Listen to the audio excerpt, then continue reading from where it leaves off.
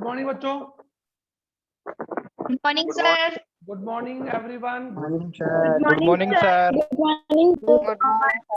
अनुष्का शर्मा, अनिल यादव, आयुषी शर्मा, क्षितिज चोपड़ा। चलो बच्चों, आप लोग, अब मैं आपको वीडियो दिखाई दे रहा है क्लियर? Yes sir. चलो अब मैं ब्लैक बोर्ड पर कुछ लिख रहा हूँ ना। Yes sir. आप लोग एक बार मुझे बताना, ब्लैक बोर्ड पर मैं कुछ लिख रहा हूँ, फिर बताना अगर दिखाई दे रहा है तो मैं समझ जाऊंगा आपको दिखाई दे रहा है। ठीक है? Yes sir. ओके, तो मैं लिखूं ब्लैक बोर्ड पर। Yes sir. Yes sir. पहले एक बार अपने वीडियो को चालू करो सभी।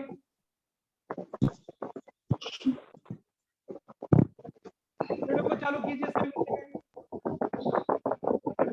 कृष्णा कुशवाहा, मोनिका प्रजापत, अमन का अमन, अनिल यादव, आयुषी, नेहा प्रजापत, नीतू, अनुष्का शर्मा। अच्छा बच्चों, अब मैं ध्यान देना, एक बार मैं ब्लैक बोर्ड पर कुछ लिख रहा हूँ ना बच्चों। वीडियो ऑन कीजिए आप लोग सभी। Good morning sir. Good morning everyone. अब एक बार ध्यान देना। अब बच्चों एक बार, अब मैं टेक्स्ट कर रहा हूँ एक बार। आपको मेरी आवाज क्लियर आ रही है क्या? Yes sir. Yes sir. आपको क्या दिखाई दे रहा है केवल? ओके, होस्ट को ही आप क्लिक करेंगे, है ना? अब मैं एक बार आपका टेस्ट ले रहा हूँ, आपकी आंखों का टेस्ट ले रहा हूँ कि आपको दिख रहा है या नहीं दिख रहा है। तो मैं ब्लैक बोर्ड पर कुछ लिख रहा हूँ और बताना कि क्या लिख रहा हूँ। मैं ब्लैक बोर्ड पर लिख रहा हूँ मैं, ठीक है सर? व्हाइट बोर्ड है।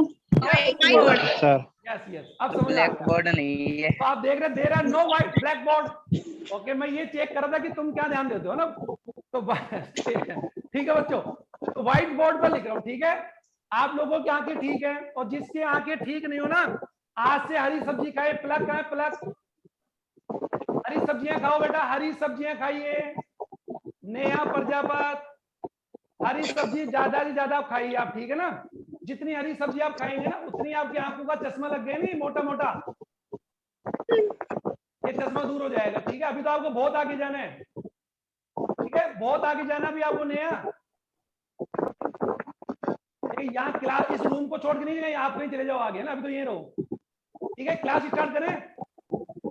ओके बच्चों, कल की क्लास में हमने पढ़ा था, ध्यान दीजिए, कल हमने पढ़ लिया था प्रतिरक्षी अंग यानी लसिका, प्रतिरक्षी कोशिकाएं, और हमारा जो प्रतिरक्षी तंत्र है यानी प्रतिरक्षा जो है, और वो मैंने बताई थी बच्चों, एक बार मैं वापस आपको रिपीट करूंगा कि प्रतिरक्षा का जो दूसरा प्रकार हमने पढ़ा था उपार्जित, और उपार्जित प्रतिरक्षा के मैंने दो प्रकार बताया था आपको, सक्रिय और निष्क्रिय।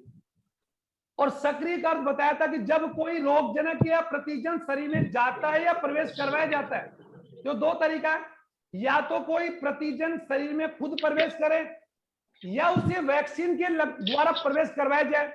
क्योंकि आप समझ चुके हैं कि वैक्सीन जो है वो किसी मृत, दुर्बल, रोगजनक के वायरस या जीवाणु से ही बनाया जाता है। तो आपके दिमाग में क्लियर हो गया कि जो वैक्सीन या टीका हम जो लगाते हैं, उस टीके में उस रोग का मृत ओके बच्चों, किल्ड, और इनविरुलेंट यानी दुर्बल यानी वीक, और सबसे बड़ी बात है, या उसका टॉक्सिन संवर्धित मात्रा में हम शरीर में प्रवेश करवाते हैं। क्यों करवाते हैं?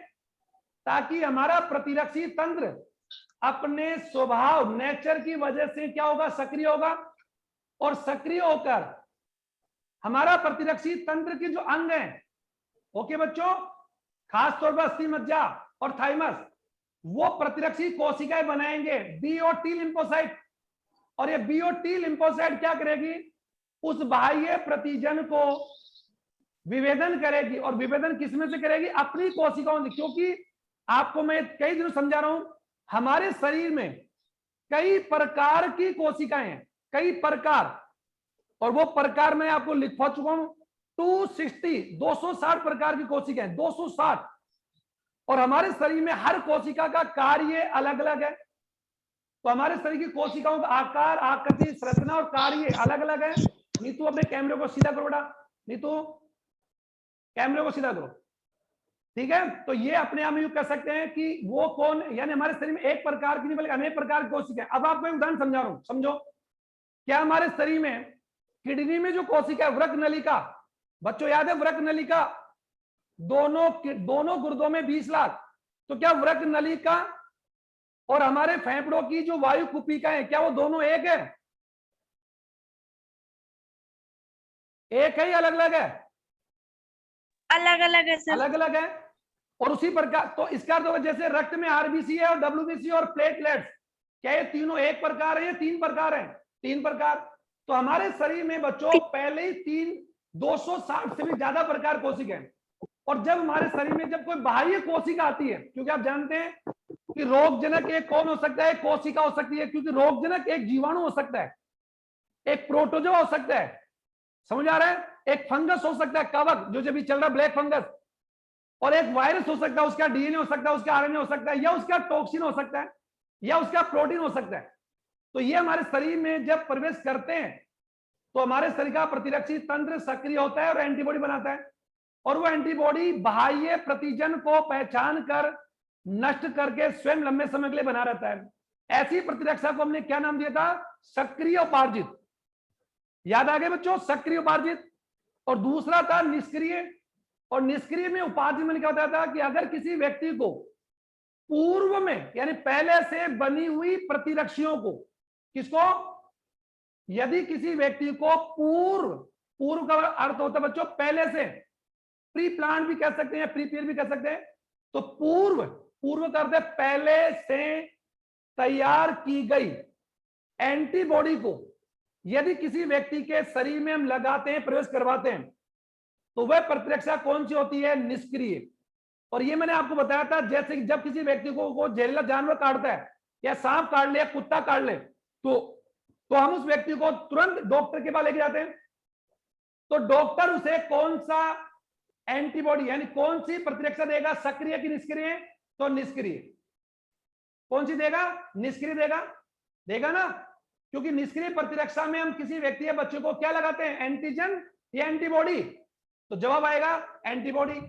और ये मैंने आपको उदाहरण भी समझाया था, ये इतना समझाया था, आप एक और समझो, एक बार निष्क्रिय का दोबारा समझो बच्चों। मेरे शरीर में बनी, मैंने कोरोना का वैक्सीन लगा लिया, सुनना, तो मेरी बॉडी में कोरोना वैक्सीन यानी कोरोना वायरस के लिए मेरी बॉडी में क्या बन चुकी होगी?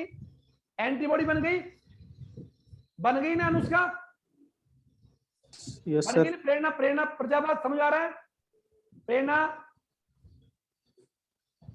आवाज नहीं आ रही? आवाज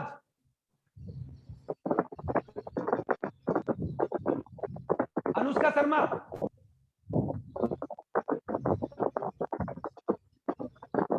आवाज नहीं आ रही आपकी? आवाज चालू करो, ठीक है? ओके, अब बंद कर लो। अब ध्यान दो, तो मैंने क्या बोला कि अगर मेरे शरीर में एंटीबॉडी बनी हुई है, सुना एक बार, तो मेरे बॉडी में तैयार या पहले से बनी हुई एंटीबॉडी निकाल कर अगर आपको देवें तो वो आपके लिए कौन सी प्रतिरक्षा होगी? निष्क्रिय। क्योंकि वो एंटीबॉडी आपके शरीर में नहीं बनी बल्कि मेरे में बनी। तो वही तो मैं समझा रहा हूं कि किसी व्यक्ति को पहले से ही बनी हुई यानी मानव में तैयार की गई प्रतिरक्षियों को अगर किसी संक्रमित व्यक्ति को देते हैं तो वह कौन सी प्रतिरक्षा होती है बच्चों? निष्क्रिय उपार्जित। ये मैंने बहुत पहले बता दिया। और ये 2 प्रकार की होती है, ये भी प्राकृतिक और कृत्रिम। प्राकृतिक बताई थी मैंने आपको, याद करो, जब कोई बच्चा अपनी मां के गर्भ में होता है तो बच्चे या भ्रूण को प्लेसेंटा द्वारा मां के रुधिर की एंटीबॉडी मिलती नहीं मिलती है? मिलती है ना। और जन्म के बाद जब बच्चा अपनी मां से पहली बार जब दूध पीता है, और हम जानते हैं कि जन्म से लेकर 6 महीने तक बच्चे को मां का दूध ही पिलाना चाहिए, तो मां अपने बच्चे को जब फीडिंग करवाती है तो मां के दूध के अंदर, और दूध किसके शरीर में बना? मां। तो मां के स्तन ग्रंथियों में निर्मित जो दूध है उसमें एंटीबॉडी है IgA, बताया था। और वो IgA एंटीबॉडी मां के शरीर में बनी और किसको मिल रही है? बच्चे को। तो बच्चे को जो एंटीबॉडी मिल रही है IgA, वो बताओ तैयार की हुई मिल रही है या खुद की मिल रही है? तो जवाब क्या आएगा? तैयार की हुई। आगे समझे? तो सक्रिय निष्क्रिय का अंतर मैंने आज आपको फिर बताया जब नहीं समझ आप मुझे बता दीजिए, क्या हमारे गवर्नमेंट या प्राइवेट हॉस्पिटल में ये जहरीले जो आपके जो सांप होते हैं, जिसे आप लोग स्नेक बोलते हैं, कोबरा है, बोंगेरेंस है, वाइपर है, गोड क्रेता, तरह तरह के खतरनाक को है, क्या इन सभी के जहर, और इनके जहर में 3 प्रकार के जहर होते हैं बच्चों, हीमोटॉक्सिन, साइटोटॉक्सिन, समझ आ रहा आपके, और न्यूरोटॉक्सिन। कितने प्रकार के? 3। हीमोटॉक्सिन, साइटोटॉक्सिन और न्यूरोटॉक्सिन, 3 प्रकार के जहर हैं। अब मुझे बताओ बच्चों, इस सांप जब किसी व्यक्ति को काटता है तो सांप के बाइट से सांप हमारे बॉडी में क्या छोड़ेगा? जहर। और वो जहर हमारे लिए क्या है बच्चों? बाह्य है। और जहर हमारे लिए कौन है? बाह्य एंटीजन है ना? तो उस एंटीजन की वजह से हमारी मृत्यु हो सकती है। तो यदि किसी व्यक्ति को जहर सांप काटे तो हम उस व्यक्ति को उस जहर या एंटीजन से बनी हुई पहले से जो एंटीबॉडी बनी हुई हमने तैयार की हुई है, हमारे साइंटिस्ट ने पहले से तैयार की हुई है, तो क्या वो एंटीबॉडीज बच्चे को देंगे तो क्या हम उसकी जान बचा सकते हैं? हाँ। नहीं आया? तो क्या सांप के काटने पर किसी व्यक्ति या बच्चे को आप सक्रिय एंटीजन दोगे या निष्क्रिय दोगे? निर्मल, सक्रिय दोगे या निष्क्रिय दोगे? हैं? आवाज चालू करो, पहले आवाज चालू करो।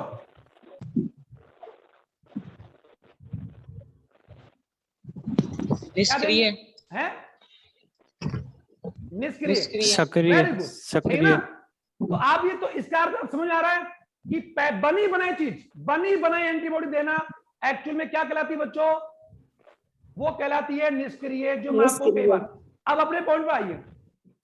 अब देखो, जो कल हमने प्रतिरक्षा पढ़ी, अब प्रतिरक्षा में आपको पढ़ा चुका हूं, इसको रिपीट नहीं करूंगा, लेकिन मैंने कल आपको कहा था कि हमारे शरीर में जो प्रतिरक्षा होती है वो 2 माध्यम से होती है। नया प्रजापत ध्यान दो, वो 2 प्रकार है, 2 माध्यम से होती है। एक तो हमने देख लिया बी के माध्यम से और एक टी के माध्यम से।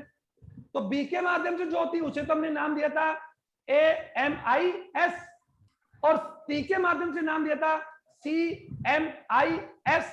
अभी पढ़ लेते हैं अभी। तो पहले मैं आपको जल्दी से, ज्यादा दूर नहीं लेके जाऊंगा, पहले मैं आपको अब मैं डिटेल में आ रहा हूं बच्चों। कल तो हमने ब्रीफ में पढ़ा था, ब्रीफ, अब डिटेल में, थोड़ा डिटेल में चलो थोड़ा। तो वी हैव नो दैट, हम जानते हैं कि there are 2 type of lymphocytes, 2 प्रकार की होती है, जिसमें एक आप जानते हैं BL और सेकंड वन इज TL। बच्चों इसे हम बोलते हैं, इसे हम लोग क्या बोल सकते हैं? थाइमोसाइट। ये तो पता है लोग थाइमोसाइट बोलते हैं। और B4 यहां पर मैंने क्या बताया था? वर्षा या फिर बोन मेरो, याद है ना? वर्षा जो पक्षी में होती है, वर्षा सेल्स किसमें पाई जाती है? केवल बर्ड्स। और बोन मेरो किसमें पाई जाती है? ऑल द, अगर बात हम कर सकते हैं ऑल द कोडेट्स, सभी कोडेट्स में पाई जाती है। ठीक है, अच्छा टी में आ जाइए, इसका अर्थ आप समझ चुके हैं। अब BL और TL, TL के प्रकार कल जनरली मैंने आपको 2 प्रकार बताए, वो तो था बच्चों ब्रीफ। अब हम लोग we are going in detail, detail में जा रहे हैं। ठीक है, थोड़ा गहराई में जा रहे हैं, मैं आपको थोड़ा गहराई में लेके जा रहा हूं। तो गहराई में चलेंगे क्या? लेकिन गहराई कर दिए नहीं कि आप कुर्सी से नीचे उतर जाएंगे, वहीं टिके रहो तुम लोग। आयुष ठीक है, ओके। अब देखो TL जो होती, TL जनरली 4 प्रकार की होती है बच्चों। अब एक एक जल्दी जल्दी। नंबर 1, पहली प्रकार की अगर बात है T हेल्पर, T साइड बोल दो या फिर क्या बोल दो? हेल्पर। नंबर 2 T, अब देखो ये कौन है? T किलर, T किलर बोल दो, या फिर इसका नाम क्या होगा बच्चों? मारक, या फिर बोल दो बच्चों विसेलिटी। अब तो समझ आ गया, इसके नाम बोलो ना आगे, आप समझ पा रहे हो ना? एक ही बात है, टी किलर बोल दो, या टी उसको क्या बोल दो? टी टॉक्सिन भी कह सकते, टी टॉक्सिन भी कह सकते, क्योंकि ये खुद जहर छोड़ती है। अभी देखना, थर्ड नंबर पर आ जाइए, थर्ड नंबर की बात हम कर सकते हैं, टी संदमक, संदमक बोल रहे हैं इसको, या इनहिबिटर भी कह सकते हैं, या सुपेरियर भी कह सकते हैं, सुप्रेसर भी कहते हैं, सुप्रेसर या फिर टी संदमक कहते हैं। समझ आ गया आपके? समझ में आ रहा है नहीं आ रहा बच्चों आपके? आ रहा है ना? और चौथी प्रकार की जो टी होती है,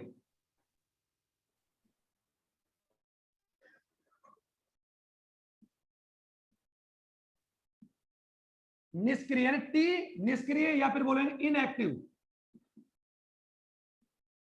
इनएक्टिव, इनएक्टिव, ये 4 प्रकार की होती है।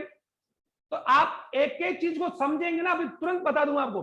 दो, टी हेल्पर का मेन काम क्या है? जब कोई बाह्य प्रतिजन शरीर में प्रवेश करता है तो टी हेल्पर का काम क्या है? टी हेल्पर जो अपने आप, ध्यान दो बचाओ, जो टी सहायक जो है, इसका दूसरा नाम सक्रिय भी है, यानी इसका सहायक का दूसरा नाम सक्रिय भी है। तो जब कोई बाह्य रोगजनक जाता है तो सबसे पहले टी सहायक जो टी सक्रिय है वो क्या होगी? एक्टिव होगी। और ये एक्टिव जाकर क्या करेगी? तुरंत ही टी किलर को, किसको? टी किलर को, टी किलर, जो टी किलर है बच्चों, टी किलर, उसको एक्टिव करेगी। समझ आ गया? और टी एक्टिव यानी जो टी किलर है, यानी इसको एक्टिव करेगी। और ये टी किलर क्या करेगी बच्चों? खुद एक विशेष प्रकार का साइटोटॉक्सिन विष छोड़ेगी। साइटोटॉक्सिन, एक बार आराम सुनना, आराम से, यानी एक एक चीज समझा रहा हूं आपको। चलो ठीक है, मैं अभी इनके फंक्शन बता दूंगा आपको, फिर आप समझ लें। तो क्या होगा? टी किलर क्या छोड़ेगी? जहर छोड़ेगी। और वो जहर क्या होगा बच्चों? जो रोगजनक कोशिका है, मैं फिर कह रहा हूं, ये कब होगा? जब कोई बाह्य रोगजनक हमारे शरीर में प्रवेश करता है, एंटीजन, ठीक है, तो सबसे पहले टी में, यानी टी लिम्फोसाइट में जो सहायक है, हेल्पर वाली, क्या होगी? एक्टिव होगी। और एक्टिव होकर वो क्या करेगी बच्चों? एक्टिव, बच्चों एक प्रकार और रहेगा इसका, टी निष्क्रिय। देखो टी निष्क्रिय, जो टी निष्क्रिय और जो टी सक्रिय दोनों एक जैसी होती, थोड़ा इनका काम अलग अलग है। तो आप टी निष्क्रिय लिख चुके हैं, इसकी जगह आप होते हैं, ये तो लिख चुके हैं, चौथे पांच नंबर लिख लोगे स्मृति, टी स्मृति, यानी टी मेमोरेबल सेल, यानी इसको टी स्मृति भी कहते हैं, स्मरण। अब आपके दिमाग पर सर आपने निष्क्रिय को हटा दिया क्या? मैंने हटाया नहीं, मैंने हटाया नहीं। जो सक्रिय है ना, सक्रिय, वही बाद में क्या हो जाएगी? निष्क्रिय हो जाएगी। अभी देख, 2 मिनट दीजिए मुझे। तो आप लोगों के दिमाग में आ रहा होगा ये मैन, तो क्या होगा? जब कोई बाह्य रोगजनक प्रतिजन शरीर में प्रवेश करता है बच्चों, तो उस बाह्य प्रतिजन के कारण हमारी टी और बी में से कोई एक एक्टिव होगी, क्योंकि कहीं ना कहीं वो एंटीजन हमारे शरीर के किसी न किसी तरल में, उत्तक में, ब्लड में, लसिका में या उत्तक द्रव्य में कहीं ना कहीं। तो जब कोई एंटीजन टी लिम्फोसाइट से संपर्क में आता है, किसके? टी। और कल भी मैंने कहा था कि हमारे देश में अगर कोई अपराधी बच्चों पुलिस के संपर्क में आ गया, तो क्या पुलिस उसका एनकाउंटर करेगी या फिर पुलिस उसका किसी दूसरे फोर्स के लिए इंतजार करेगी? तो डेफिनेटली पुलिस उसका एनकाउंटर कर देगी या पुलिस को पकड़ लेगी। क्यों? क्योंकि पुलिस के पास भी उस अपराधी को पकड़ने का पावर है और एनकाउंटर का पावर है। लेकिन ये थोड़ी कि आतंकवादी या उग्रवादी अगर आपके देश के अंदर घुस आया तो उस राज्य की पुलिस, आपकी सेना या आपके बीएसएफ या सीआरपीएफ या एनएसजी कमांडो या इंटेलिजेंस ब्यूरो का इंतजार करेगी? अगर वो इंतजार ही करेगी तो वो आतंकवादी आपके देश में कोई भी आतंकी घटना को अंजाम दे सकता है। तो मैं आपको ये कह रहा हूं कि हमारे देश में जितनी भी फोर्स है, इंक्लूडिंग पुलिस, पुलिस के साथ इंक्लूडिंग पुलिस, एक्सक्लूडिंग नहीं, इंक्लूड पुलिस, इन सभी का दायित्व क्या है? हमारे देश के अंदर अपराध को मुक्त करना, कानून का पालना करवाना। यह लगा कि कानून का पालना काम पुलिस का काम होता है। लेकिन मैं आपको एक बात पूछ रहा हूं कि यदि आपके देश में या आपके बच्चों, आपके देश या किसी राज्य जिले में अगर कोई आतंकवादी घुस गए, तो क्या, और उन आतंकवादियों की सूचना हमारे किसी पुलिस थाने को लग गई, पुलिस को लग गई, तो क्या वो पुलिस वाले उस आतंकी घटना या आतंकी सूचना पाकर कोई एक्शन लेंगे या किसी सेना का आने का इंतजार करेंगे? तो जवाब क्या आएगा? एक्शन लेंगे। एक्शन लेंगे ना, लेंगे ना एक्शन। क्यों लेंगे एक्शन? क्योंकि पुलिस भी जानती है कि आतंकवादियों को अगर हम लोग नहीं रोकेंगे और अगर हम लोग सेना का या हमारी यूं कह सकते हैं कि विशेष प्रकार की जो फोर्स है उसके आने का इंतजार करेंगे, तब तक ये आतंकवादी हमारे देश में कोई भी आतंक की घटना को अंजाम दे सकते हैं। तो पुलिस को जैसी ही सूचना मिलेगी, पुलिस उस जगह पर रेड करके उन्हें रोकने का प्रयास करेगी, करेगी ना। वो यहां पर हो रहा है। तो हमारे शरीर में जब कोई रोगजनक आता है, रोगजनक को आप दिमाग बैठा लो, आतंकवादी आपके लिए, तो जो रोगजनक जाता है तो आपका टी लिम्फोसाइट के संपर्क में आने पर टी लिम्फोसाइट सक्रिय होगी और टी में सबसे पहले कौन सक्रिय होगी, ये होगी। ये देख लो आप टी साइट, क्योंकि there are 4 type, 4 to 5 type, 5 प्रकार की होती है टी। तो सबसे पहले टी जो हेल्पर है, जिसका दूसरा नाम अभी भी मैं लिखा सक्रिय भी है, ये सबसे पहले एक्टिव होगी, क्योंकि किसी रोगजनक के सबसे पहले संपर्क में यही आई है। तो ये एक्टिव होकर तुरंत प्रभाव से जाकर किसको एक्टिव करेगी, किलर को। देखो किलर को करेगी, खुद नहीं मारेगी, क्योंकि सहायक में खुद में मारने की क्षमता नहीं है। तो उसने तुरंत किलर को जाकर, टी किलर को जाकर क्या कह दिया, एक्टिव कर दिया। क्या एक्टिव कर दिया कि कोई ना कोई एंटीजन आपके शरीर में आ चुका है। ओके, अब वो क्या होगा, किलर जो होगा, किलर, ये जो किलर, ये जो टी किलर है, ये देखिए, ये टी किलर खुद क्या छोड़ेगी, एक जहर छोड़ेगी, टॉक्सिन। ध्यान सुनना, टॉक्सिन। और वो टॉक्सिन बोलते बच्चों, या फिर क्या बोलोगे, विष। और उस टॉक्सिन नाम क्या होगा, साइटोटॉक्सिस, साइटोटॉक्सिन बोल दो बच्चों, दिख रहा है साइटोटॉक्सिन, साइटोटॉक्सिन। ठीक है, ये किसने छोड़ा, ये किसने छोड़ा बच्चों, ये इसने, इसका, और जिसका नाम क्या है, इसने, सेकंड ने, सेकंड। और फर्स्ट वाली कौन सी है, जो मैं आपको डिटेल में समझा रहा हूं। ये हमारा शरीर है और ये कोई रोगजनक है, और इस रोगजनक का नाम बच्चों आपने बोल दिया ए रोगजनक, ऐसे मान लो, और इसका नाम है कोई, मान लो ये कोई बैक्टीरिया है। ध्यान सुनना, और ये कौन सा बैक्टीरिया हो सकता है, टीबी का हो सकता है, निमोनिया का हो सकता है, टिटनस का हो सकता है। सुन रहे हो क्या, टिटनस, निमोनिया, टीबी आदि का हो सकता है, और ये आपकी बॉडी में जा चुका है। ठीक है, इसके जाते ही ये बैक्टीरिया जब शरीर में गया, ये तो ये जाकर किसके संपर्क में आया, टी के संपर्क में आया। और टीबी कहां पर है, शरीर के अंदर ही तो है, अंदर ही है ना। तो अब क्या होगा, टी सक्रिय होकर किसको जाकर एक्टिव करेगा, इसको एक्टिव कर देगा, ये मान लो। और ये कौन सी कोशिका, ये, और ये भी खुद भी कौन है, कोशिका ही है, क्योंकि बैक्टीरिया खुद एक कौन है बच्चों, बैक्टीरिया खुद अपने आप में एक कोशिका होती है, और जीवाणु अपने आप में प्रोकैरियोटिक कोशिका है, और टी भी अपने आप में एक कोशिका है जिसका नाम है लिम्फोसाइट, जो कौन है, कोशिका हमारी, और बैक्टीरिया कोशिका अपने आप में प्रोकैरियोटिक है।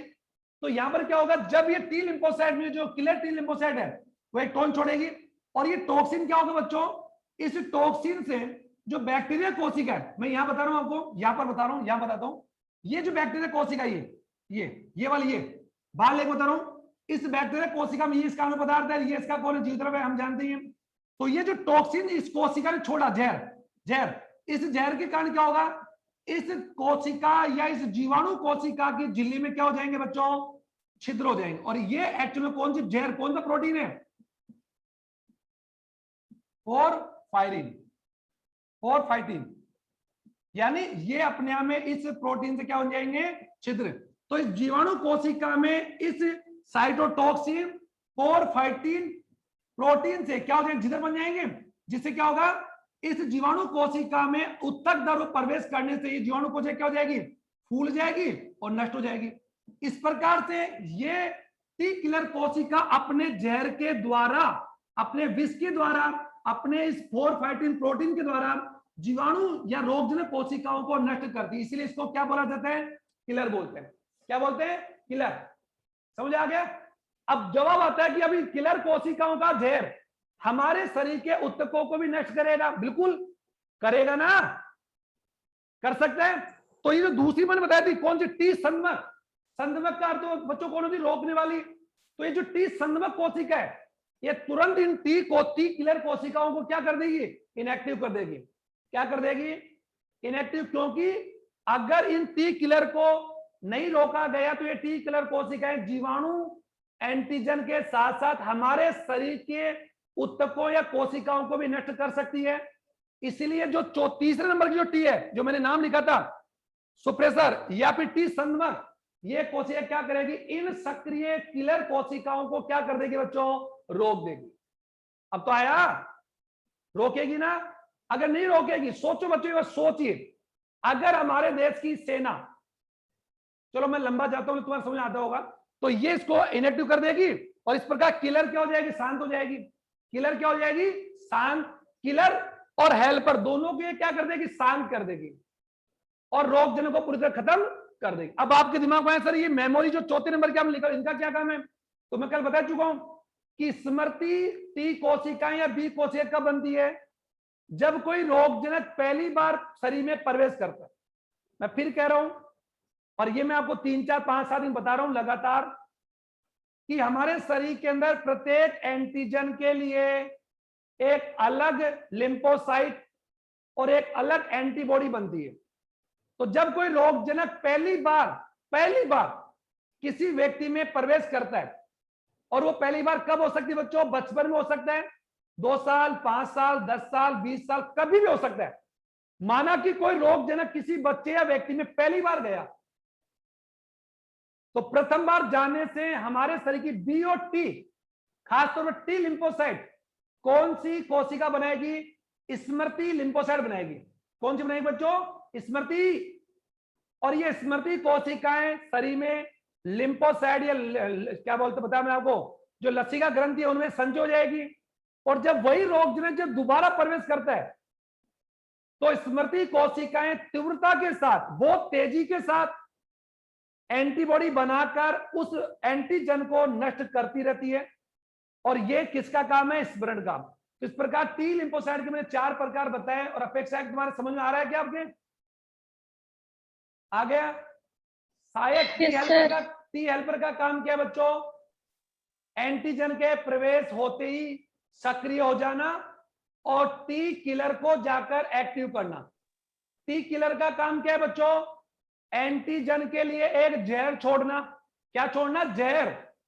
क्या वो जहर खुद उस टी के पास है? हाँ। जैसे किसी आर्मी मैन के पास अगर कोई राइफल है, तो क्या वो किसी आतंकवादी को किसी से राइफल मांग कर मारेगा या अपनी राइफल से मार सकता है? अपनी से, क्योंकि उसके पास राइफल है। तो वही बात है कि इसको हम लोग किलर क्यों बोलते हैं? क्योंकि इस टी के बाद, ये भी टी है, ये भी टीएल ही है, ये टी लिम्फोसाइट थाइमोसाइट ही है, थाइमोसाइट लिम्फोसाइट ही है। लेकिन इसका नाम किलर क्यों है? क्योंकि इसके पास खुद का अपना जहर है। और जहर का नाम क्या लिखा है मैंने आपको? साइटोटॉक्सिन। और साइटोटॉक्सिन के द्वारा उस परजीवी कोशिका, क्योंकि हम जानते हैं एंटीजन को आप क्या बोलते हैं बच्चों? परजीवी भी कहते हैं। क्या कहते हैं? परजीवी। उस परजीवी कोशिका की कोशिका में क्या बन जाएंगे? छिद्र। अरे छेद हो जाएंगे ना, हो जाएंगे। और उस जीवाणु कोशिका के अंदर क्या प्रवेश कर जाएगा? हमारे शरीर का उत्तक पानी, ऐसे मान लो। और जीवाणु कोशिका क्या हो जाएगी? फूल जाएगी और क्या हो जाएगी? नष्ट हो जाएगी। इस प्रकार से टी कोशिका ने उस रोगजनक जीवाणु को खत्म करके हमें रोगी होने से बचाया नहीं बचाया? बचाया ना? अरे बचाया नहीं बचाया? पोरफाइटिन क्या लिखा हुआ है यहाँ पे? पोरफाइटिन प्रोटीन है बच्चों। पोरफाइटिन एक प्रोटीन है जिसका नाम है छेद करने वाली प्रोटीन। क्योंकि आप जानते हैं पोर का, आप जानते पोरस का क्या होता है? छिद्र। आप जानते हो पोरस किसको बोलते हैं? चालनी को बोलते हैं। आपके घर में चाय छानने वाले उपकरण को क्या कहते हो बच्चों आप? जिससे आप चाय छानते हैं क्या बोलते हो? चलनी बोलते हो ना? या कटोरा बोलते हो? गिलास बोलते हो? गिलास बोलते हो कि गिलास, चम्मच, थाली? नहीं सर। क्या बोलते हो? चालनी बोलते हो ना? क्यों बोलते हैं? क्योंकि चालनी के पेंदे में क्या होते हैं? छोटे छोटे छिद्र होते हैं। तो बच्चों मैंने बोला इस प्रोटीन का नाम पोरफाइटिन क्यों है? क्योंकि ये प्रोटीन किसी जीवाणु कोशिका या एंटीजन कोशिका की झिल्ली में क्या बना देता है? छिद्र। यदि बच्चों मैं आपको कहूं अगर ये इस प्रकार का जहर, यानी अगर पोरफाइटिन प्रकार का जहर या प्रोटीन अगर हम खा लें, पी लें हम तो हमारे बॉडी की कोशिकाओं में भी क्या हो जाएगा? छिद्र हो जाएगा, हमारी मृत्यु हो जाएगी। ठीक है? तो ये मैंने आपको किसकी प्रकार बताया? ठीक है बताया। अब ज्यादा टाइम खराब ना करते हो, जल्दी आप आइए। ये मुझे अपेक्षा तुम्हारे समझ में नहीं आ रहा। समझ आ रहा है क्या बच्चों? एक बार वीडियो चालू करो अपने।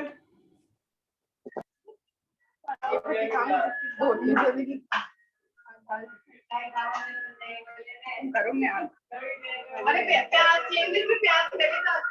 नहीं आ रहा है, आपस में बात नहीं करेंगे आप लोग, आपस में बात नहीं करेंगे।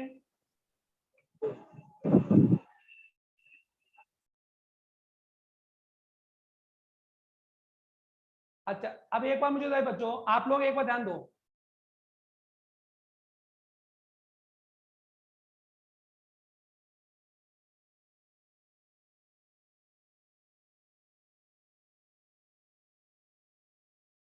अच्छा अब मुझे दिखाई दे रहा है सब आपको?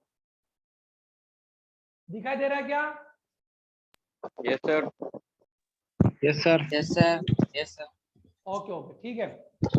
अब एक बार ध्यान दीजिए आप लोग सभी बच्चे, अभी जो हमने कल का जो टॉपिक हमने लिया था वो टॉपिक आपको मैं क्लियर करवाने के लिए ही आपको ट्राई कर रहा हूं। अब मैं प्रयास करूंगा कि आपको जल्दी समझ आ जाए। तो कल मैंने आपको बताया था कि हमारे शरीर में जो प्रतिरक्षा, और खास तौर पर कौन सी बच्चों, ये मैं 2 दिनों से लगातार ट्राई कर रहा हूं, उपार्जित प्रतिरक्षा वो 2 प्रकार की होती है। यानी एक उपार्जित प्रतिरक्षा तंत्र कह सकते हैं, और वो कल हमने पढ़ा था। नंबर 1 की बात हमने की थी, ध्यान देना, HMIS या AMIS। ओके, और दूसरा प्रकार हमने कल अभी पढ़ भी लिया वो, और दूसरा प्रकार हमने पढ़ा CMIS। अब बच्चों एक एक चीज सुनो आराम से, देखो AHM की बात हम कर रहे हैं, देखो इसका एक ही मतलब, दोनों का एक ही मतलब है। H का अर्थ आप जानते हैं ह्यूमोरल, ह्यूमोरल मीडिएटेड इम्यूनिटी, और S4 क्या हो जाएगा? सिस्टम। और हिंदी में इसका नाम क्या हो जाएगा बच्चों? तरल माध्यम प्रतिरक्षा तंत्र। और इसी का दूसरा नाम, अब आपने बोला सर ये H क्यों आ रहा है, सुनो अभी बताऊंगा आपको, और A भी आ रहा है इसके अंदर। अब A और H बस केवल एक का ही फर्क आ रहा है। तो A क्यों बोल रहे हैं इसको? A यहां पर A वर्ड अगर हम लोग लिख देंगे तो A से क्या हो जाएगा बच्चों? एंटीबॉडी। और बाकी तो पूरा नाम पता ही है, एंटीबॉडी मीडिएटेड इम्यूनिटी सिस्टम। तो मैं यहां पर H के साथ ही क्या लिख देता हूं? एंटीबॉडी लिख देता हूं। अब आपने बोला सर ये ऐसा क्यों लिख रहे हैं? पहले अब देखो, इस प्रकार की प्रतिरक्षा बी लसीकाणु के द्वारा बोल दो, या लसीकाणु के माध्यम से होती है। यानी जब हमारे शरीर में प्रवेश करने वाले किसी रोगजनक को अगर बी लिम्फोसाइट, कौन बच्चों? बी लिम्फोसाइट अगर करती है, बी लिम्फोसाइट,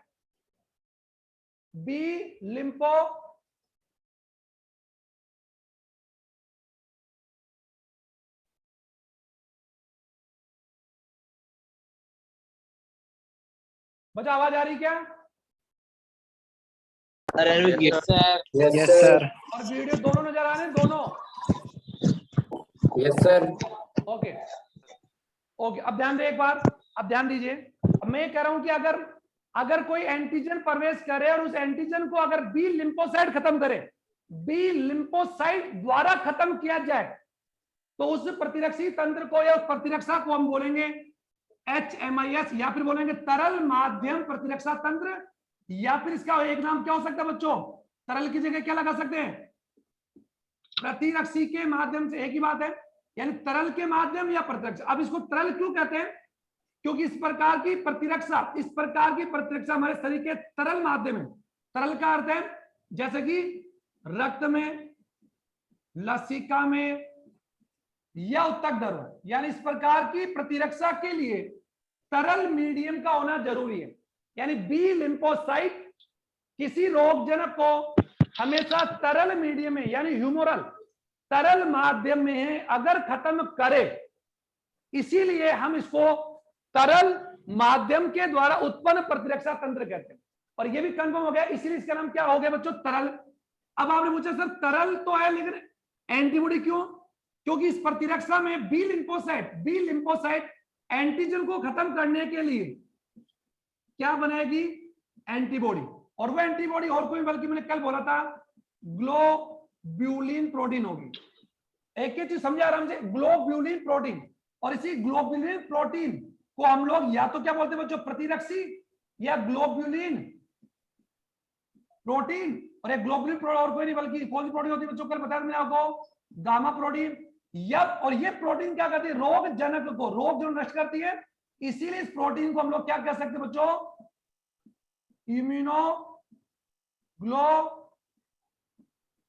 ग्लोब्यूलिन। इम्यूनोग्लोब्यूलिन मतलब प्रतिरक्षी, प्रतिरक्षी, प्रतिरक्षी। और ग्लोब्यूलिन कौन है? प्रोटीन। इसलिए इसको क्या बोल सकते हैं? प्रतिरक्षी प्रोटीन। इसलिए आज के पता लग गया कि एंटीबॉडी का नाम आज से क्या है? ग्लोब्यूलिन प्रोटीन, गामा प्रोटीन, प्रतिरक्षी, एंटीबॉडी, इम्यूनोग्लोबिन या प्रतिरक्षी प्रोटीन।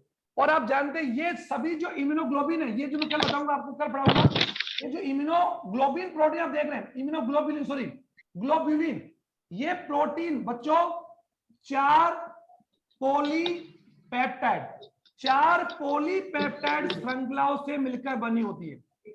4 ये किसकी बात चल रही है? एंटीबॉडी की। और एंटीबॉडी हम कल पढ़ेंगे।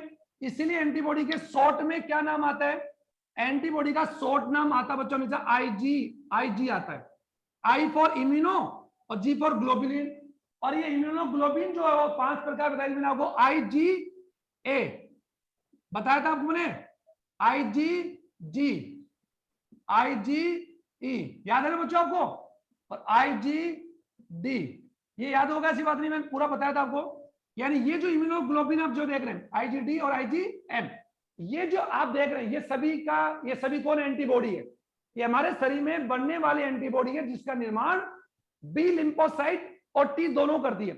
लेकिन टी लिम्फोसाइट जनरली एंटीबॉडी का निर्माण करने के एवज में वो खुद उसे मारती है, इसलिए उसको हम लोगों ने एक नाम दिया CAMIS, जो मैं अभी आपको बताऊंगा। पहले एक को पढ़ते हम लोग। अब मुझे बता दीजिए ये प्रतिरक्षा का पूरा नाम बता दिया मैंने आपको आराम से। और ये सी का पूरा फुल फॉर्म बता दिया। सी को यहाँ पर क्या बच्चों? सेल। एम को कौन है? मीडिएटेड यानी कोशिका माध्यम प्रतिरक्षी तंत्र, मीडिएटेड इम्यूनिटी सिस्टम। अब आप बोल सकते इस प्रकार की प्रतिरक्षा टी लिम्फोसाइट यानी, और टी लिम्फोसाइट का मैं आपको कल से ना बता रहा हूं, थाइमोसाइट, थाइमोसाइट लसीकण। इसे थाइमोसाइट क्यों बोलते हैं बच्चों? क्योंकि इसका परिपक्वन और परिपक्वन, इसका परिपक्वन और प्रशिक्षण, इसका परिपक्वन और प्रशिक्षण कहां पर होता है बच्चों? इसमें परिपक्वन और प्रशिक्षण कहां होता है? कहां पर होता है? थाइमस में। कहां पर? थाइमस होता है, थाइमस में होता है ना, इसलिए इसका नाम क्या होता है? थाइमोसाइट लसीकण। और जो बी है उसका नाम बी क्यों है? इसका नाम बी क्यों है? क्योंकि उसका परिपक्वन और निर्माण दोनों ही बोन मेरो में होता है। तो बी यहाँ पर बोन मेरो ऊपर और टी यहाँ पर थाइमोसाइट। चलो बच्चों दिखाई दे रहा सभी को आपको? Yes sir. क्या कुछ बच्चों को Yes, और sir. बच्चों की फोटो भी नजर आ रही है क्या? No sir. केवल आपका व्हाइट बोर्ड नजर आ रहा है क्या? व्हाइट बोर्ड पूरा?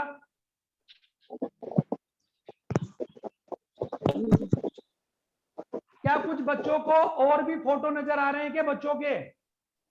नहीं no sir. Sir. No sir. Okay, केवल सरी नजर आने के सरी? Yes sir. और व्हाइट बोर्ड? यस सर आ रहा है। ये बोलो, डबल बोलो सर, दोनों चीज नजर आ रही है, व्हाइट बोर्ड भी नजर आ रहा है और आप भी नजर आ रहे हैं। यस सर, दोनों चीजें नजर आ रही है। दोनों अलग अलग आ रहे हैं? नजर आ रहा है। अलग अलग? Yes sir.